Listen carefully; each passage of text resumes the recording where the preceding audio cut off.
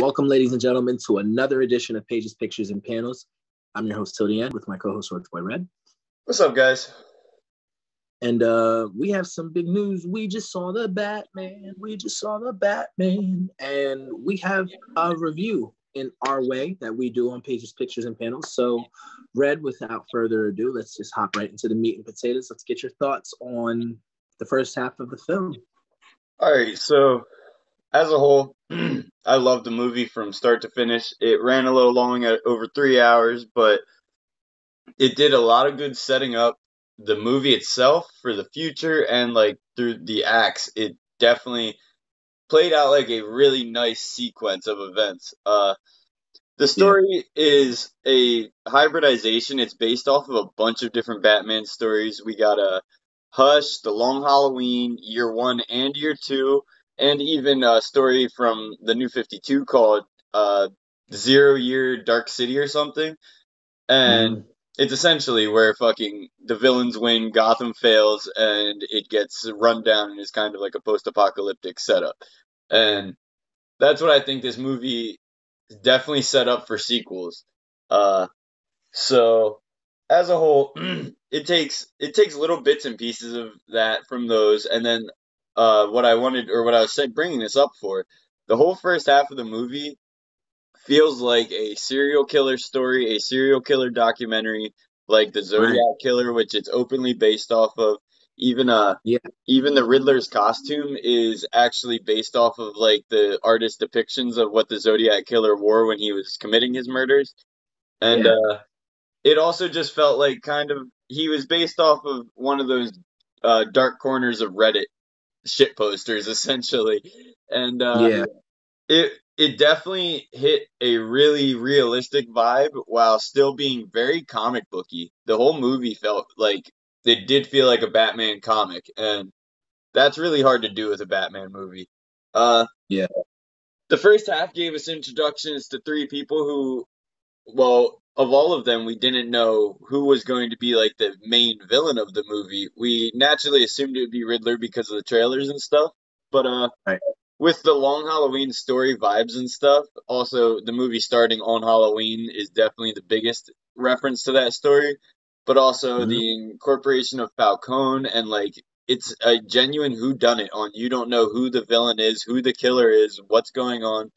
And it definitely, I think it kind of paid off more than the Long Halloween story in the comics in the end, but that was just a convoluted mess that went over for a really long time in the books. We won't get into that.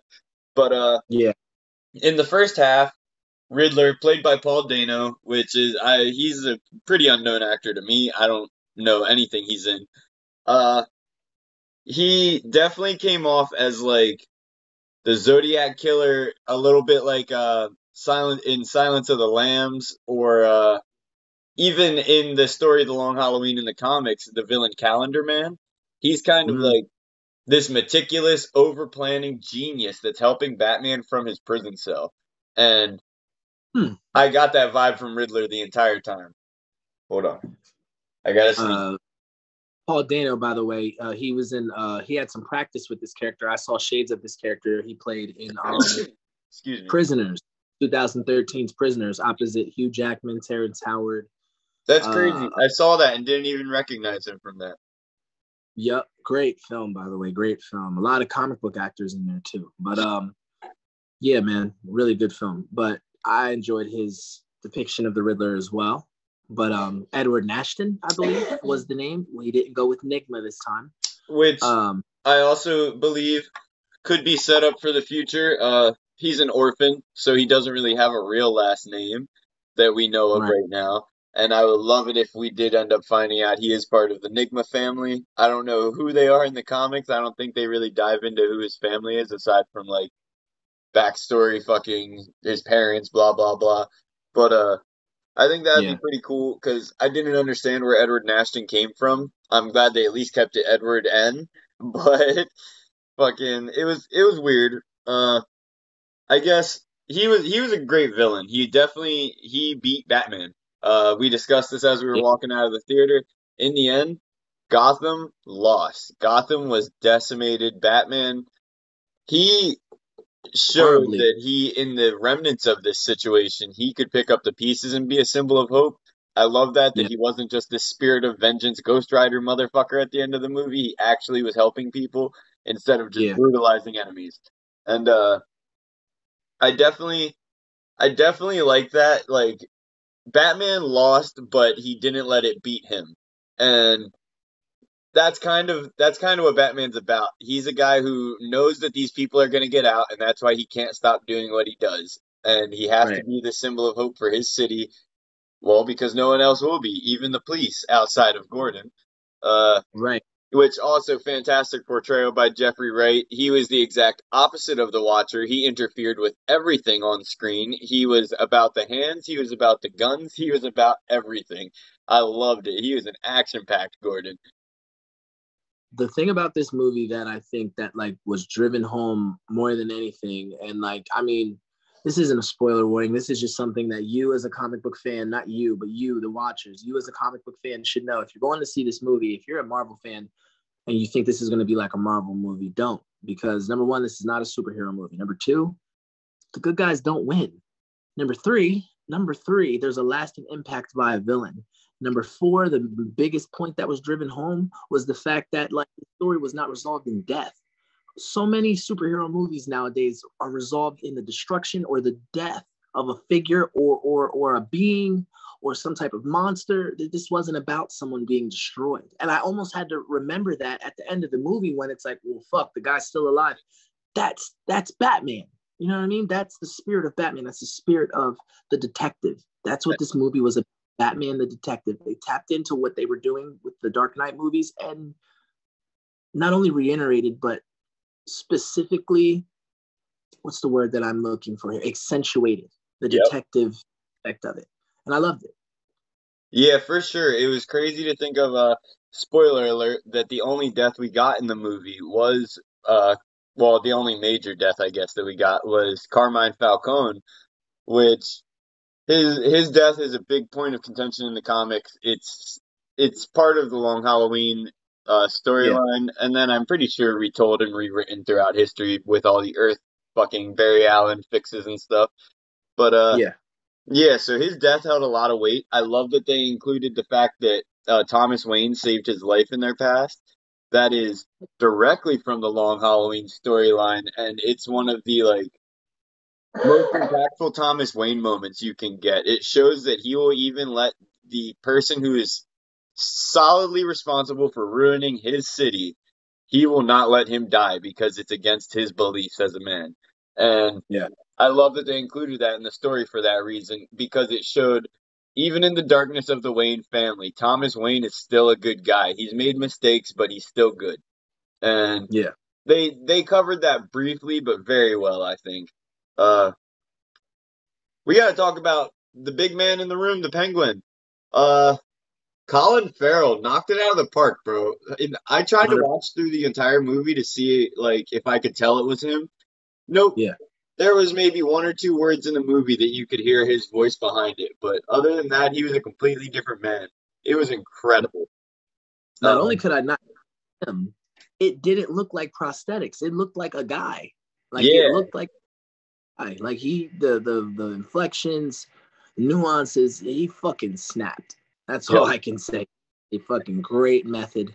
And And and speaking on the future of the character, we already have confirmation he's getting an HBO Max spin-off series of his own, mm, which in my mind, if I hear a Penguin-centric story that's not Batman related necessarily, I think of the Pennyworths and the Cobblepots, Alfred's family. They have had long-standing issues with the Cobblepot family for generations, so I would right. love for them to dive into that story. Uh, other than that, Zoe Kravitz as Selena Kyle, Catwoman, it was probably the best on-screen Catwoman we've had, even over Michelle Pfeiffer, in my opinion. Uh, but it still wasn't there for me. I'm not gonna lie. Yeah. I Like think she was too. I just couldn't buy into her.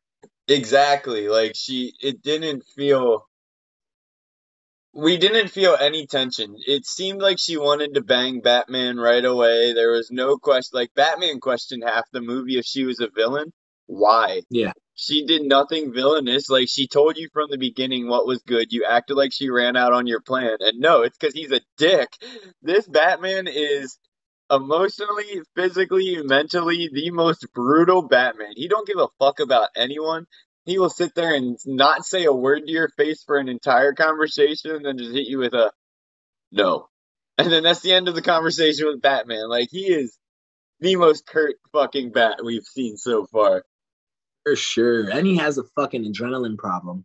That's the elephant in the room. I think he has an adrenaline problem. Okay, let's talk about that because I specifically made notes on that. Okay, so that was definitely him jacking himself full of venom. Bane's fucking enhancer. Uh in the comics there's a graphic novel called Batman Venom, appropriately named, where someone he's trying to save dies, so he starts taking steroids so that he won't fucking fuck up again. And he ends up getting addicted to them, and it ends up like making him or ruining him for a while. So once he gets off of these, he discards them. And then who else picks them up but Bane, and uses these steroids as the basis for the Venom serum. That's very interesting. And yeah, when I saw stuff with that, I was like, yeah, what and the fuck? I was like, yeah, he's shooting himself up with adrenaline, which is a normal thing and stuff for someone in that situation. But then I thought about it. It's a green glowing liquid, bro. Like, it is some Simpsons radioactive waste. That is Venom, 100%. 100%. Yeah, I mean, I think that's awesome. And again, foreshadowing more on that later. But yeah, man, like I definitely enjoy Pattinson as Batman and Bruce. Let's Well, give him his what Brucey gave us, I yeah. love that since this was an early Batman year one, year two story. Technically, it's year two based off of the police reports. I like that they included that in there. Which in the comics, year two is a storyline written, well, parts of it written by Kevin Smith. Kevin Smith made this man piss his pants. He was so scared in the heat of in the heat of the crime stoppage. So it has its dark points. It has its light points. I don't think I like Kevin Smith as a Batman writer, but I like him as a comic writer. His Daredevil run is great. Uh, but it does definitely show that like he doesn't know how to find that balance between being Batman and Bruce Wayne yet. He Yeah, completely rejects Bruce. He was not that philanthropist fucking billionaire once in this that, movie. He put on a that, t-shirt and sweatpants the only time he was actually out of the bat suit or a fucking ass-beating disguise, whatever you may call his hoodies. man, he wasn't really with all that glitz and glamour. He was trying to punch shit in the motherfucking mouth. It was awesome, and I always love the storylines where Bruce decides to abandon being Bruce because I'm a firm believer in the idea that Bruce Wayne is the secret identity. Batman is who he is. Uh, Yeah. I love that idea. I always have. And during most of the stories listed, outside of like Dark Halloween and Hush, Batman Mm-hmm. abandoned being Bruce Wayne pretty much completely in those storylines. Dark City, he pretty much is just Batman. He's motorcycle riding Batman. Combat armor like Pattinson. Like, it was aesthetically almost the same. Uh, I loved it. And other than that, the third act of the movie really, really popped off. The first two acts, slow at points, did amazing job setting up for this finale. Yeah. And what I liked was they set up the whole finale and everything was like played out. And then circumstances happen in the movie, which yet again I'll give another spoiler alert, I guess. When like the electrical box, we see that it's about to electrocute all the citizens of Gotham. We could have never predicted that based off going into this thinking there was just a bunch of Riddler snipers and shit, which also is terrifying. This man had a Reddit call. Yeah. That was crazy. But yeah, so Fun. it was cool that like you saw Batman overcome this foreseen circumstances, and then you get to see him overcome the unforeseen circumstances, and then after all those events are said and done, you see him grow into like more of a Batman we know and love from the comics than this fucking vengeful monster. Oh my God. Every time he threw a punch in that movie, the sounds they made were amazing. It was Yeah, legit. You felt like you were getting punched by him. he was the entire time, dude. I was fucking there for it. The most brutal Batman, the most brutal Batman movie. It was, Easy. in my opinion, it was like a 9 out of 10. It was probably overall my favorite Batman movie. I think there are other moments in those older movies that hit me differently and better, but Yeah, start to finish, this movie was it was a pretty good one comic adaptation of multiple stories somehow not muddying them too much. And yeah. two, it was just a good ride. I enjoyed like I I lulled in the middle of the second act probably. I started to lose it a little bit, but honestly, it was just because it was a lot of detective work, and that's to be expected with Batman. Pretty much.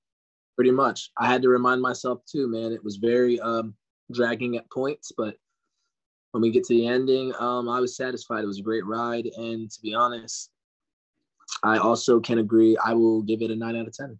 The I will. the the soundtrack, the cinematography, bro, the soundtrack had me fucked up at one point. It sounded like the Burton Batman movies or the '90s cartoon. It was so nostalgic feeling, but still modern. It didn't feel dated. The one theme they were playing almost sound like the Imperial March, When almost like an all. when he You know what I fucking is walking up to Penguin after the car chase, or even Yeah, during the car chase, yeah, it was definitely it kind of gave me Danny Elfman vibes, maybe. I don't know if he's who did the soundtrack. I'd have to look that up. But yeah, it was incredible. The cinematography, as I predicted in our last Batman talk, uh, it carried a lot of the movie. It was a beautiful movie. Uh, they showed some of the best like Batman silhouette scenes in any non-comic lore. Like it was awesome. Hit the profile view of his mask, as big as his yeah. forehead looked on like the early uh pictures of his costume. Nah, the mask looked amazing. It looked amazing for a movie, I should say. I always have complaints. There's never been a good Batman cowl in a movie. From from the '89 Batman up until this, I have not enjoyed a single Batman mask. Uh, it's too hard. It's a amorphous shape in the comics. It's meant to be hidden in shadow. It's really hard to put on a human being in real life and make it look like what it's meant to be. It's meant to be a symbol of fear, and every time it just looks like tactical gear. And it makes sense Yeah. because he's a human, but I also don't like the idea of Batman always having so much armor. It takes away from the need for him to be as fast, as skilled, as stealthy as he is.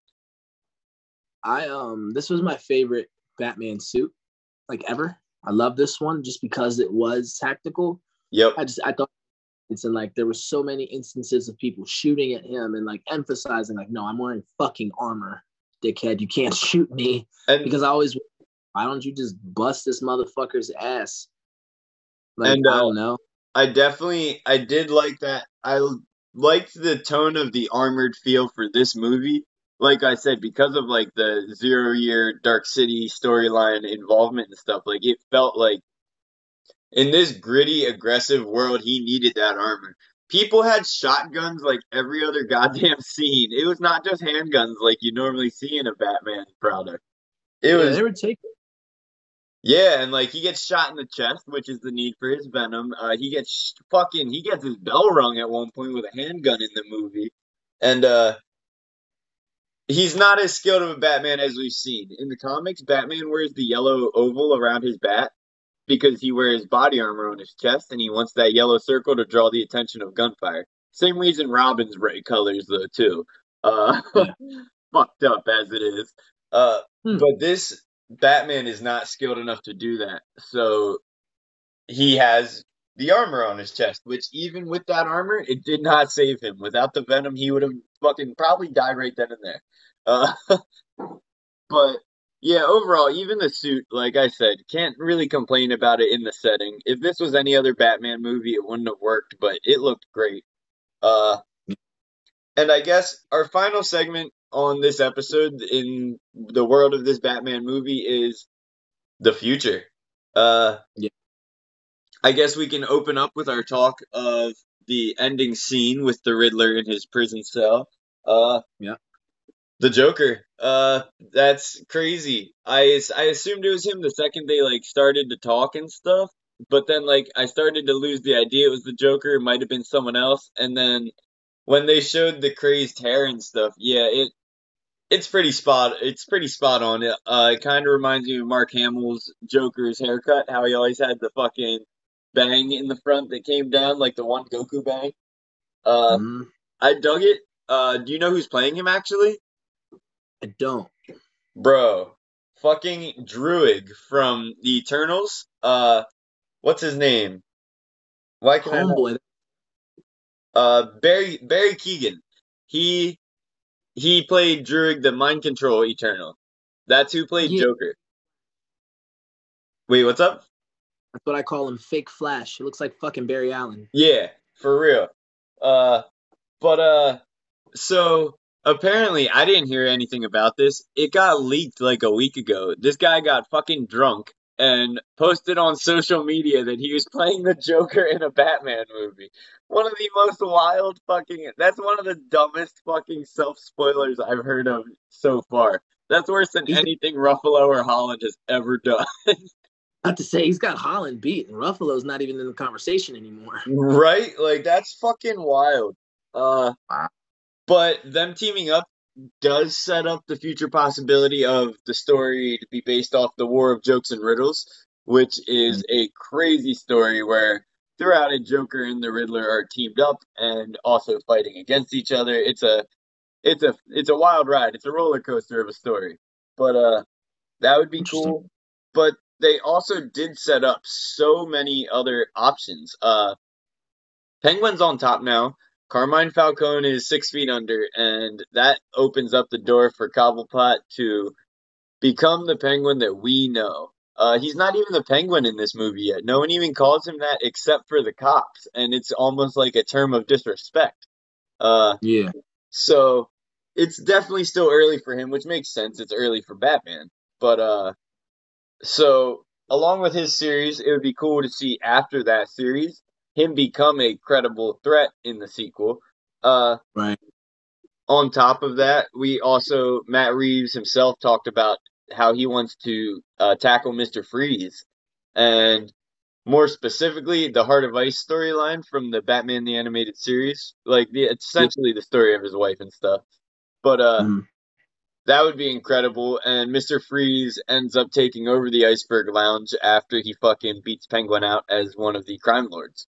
So To be episode on that's Batman Sub Zero, right? The Sub Zero movie yes, with and also partially, mostly adapted, I think, in the actual Heart of Ice episode in the original first season, probably first season.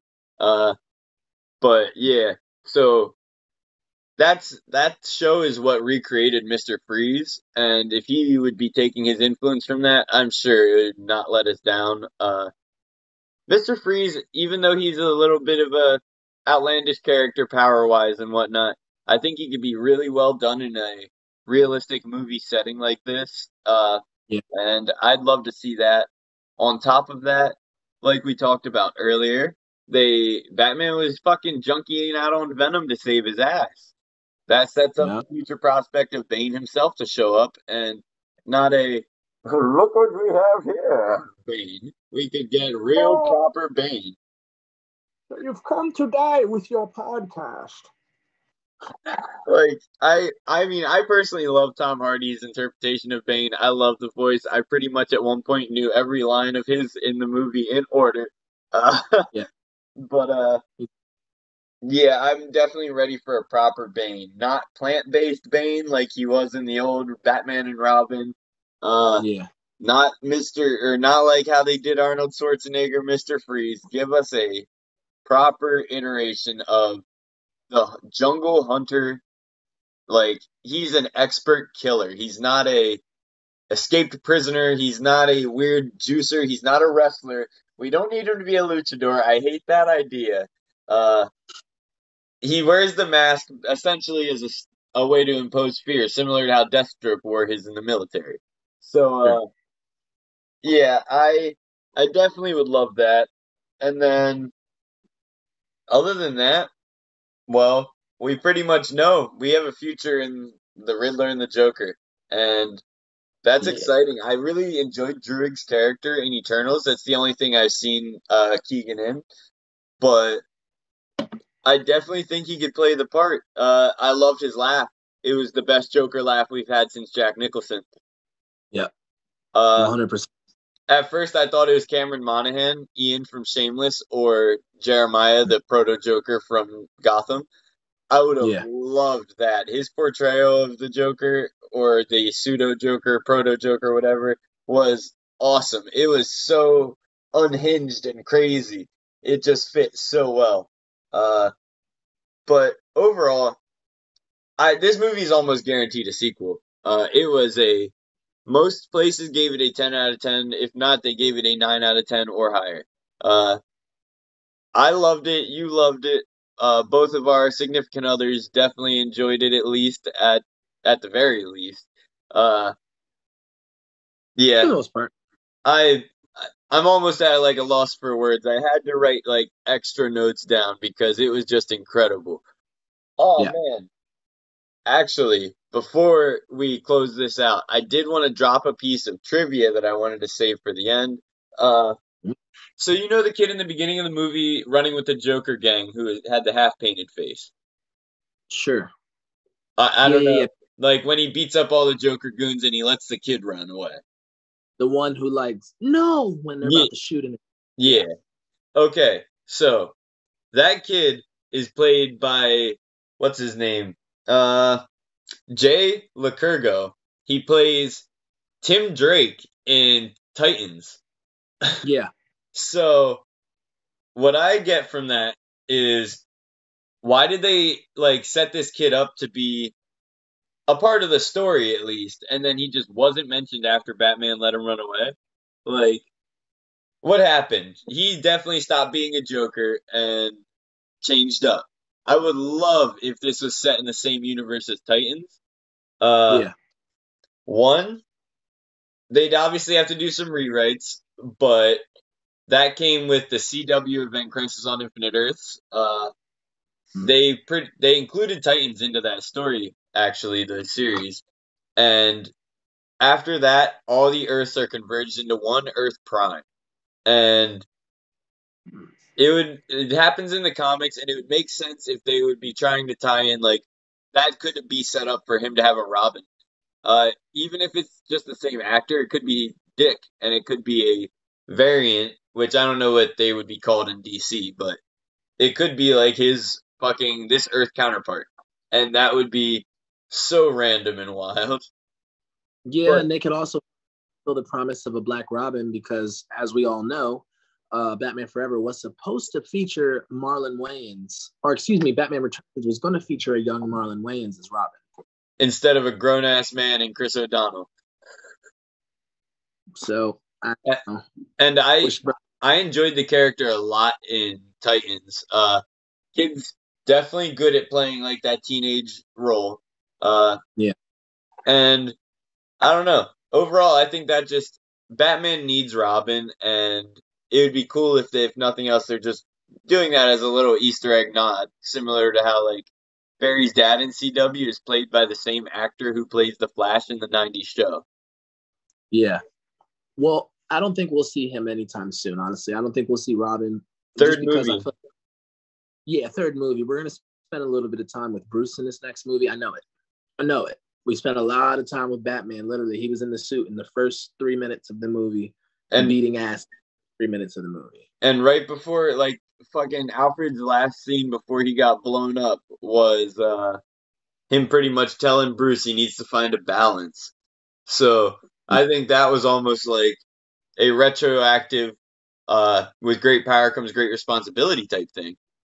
Yeah, yeah, yeah. And that's going to be the focus of the sophomore film. So, I mean, I'm cool with it. so yeah, but to say, to be honest, I'm cool with it too. And I actually can't wait. We'll probably get there in the next 2 to 3 years. But I mean, to close on the Batman, I enjoyed it thoroughly. Runtime was a bit much, but upon home viewing, I think that my opinion on that will change. I'll actually show up for the detective work this time, and then maybe we can give it a second review when we both watch it again. But Yes, yeah, I got a wait. Sorry, dude. Sorry. Oh no, you're good, brother. I said my final score is 9 out of 10. For sure, I would definitely agree with that. I'd give it a 9 out of 10. I can't wait to cover more of it in the future. There's definitely a bunch of stuff that I even potentially want to go back and watch it a second time in theaters, and this time like actually break it down and pay attention to all the little details instead of just enjoying the movie. Yeah, So there will definitely be future content, but for sure. it was fun to do DC for a change. Absolutely, dude. It was a definitely different experience, 100%. Um, I think walking into these DC movies and these DC episodes, we got to approach these a little bit differently than we do the Marvel stuff. We're learning, guys. This was an experience for Pages, Pictures, and Panels, and I honestly can't wait. Which reminds me, while we're here on air, this is some backstage stuff, guys, just for me and him, but you guys can watch anyway. What is the next movie? I believe it's Morbius, correct? Well, we got the Moon Knight series coming up at the end of this month, but then we have Morbius in theaters at the start of next month on the 1st, actually. Unless it's all an elaborate 3-month April Fool's joke. That would be fucking insane. Well, we're going to be getting right on Moon Knight and stuff like that, but we are going to 100% be back with a movie review. Our next movie review will be Morbius. So, hell yeah. And to mark the release of the Batman film, we have our new Batman-inspired graphic tee, Vengeance, is now available in the Studio 5 Star Etsy shop, as well as our previous design, the Strange World, Doctor Strange-inspired graphic tee. And for updates on all those shirts and stuff, you can check them out at Studio 5 Star Official on Instagram. And other than that, you can check me out on Instagram at RoachBoyWonder, where you can get updates on this channel, see some pretty cool artwork, and even hit me up for all your personal art commission needs. Like, subscribe, and hit the bell to get notified when we drop another episode. We are getting closer and closer to our goal. It's a small goal of 50 subscribers, so spread the word, tell your friends, so we can start like bringing you guys live content and stuff. We'd love to do it, and we hope you guys enjoy. 100%. And on that note, this has been Pages, Pictures, and Panels, brought to you in part by the Pages, Pictures, and Panels Podcasting Network. I am your host, till the end, with my co-host, Roach Boy Red. And you guys have a good rest of your night. Peace.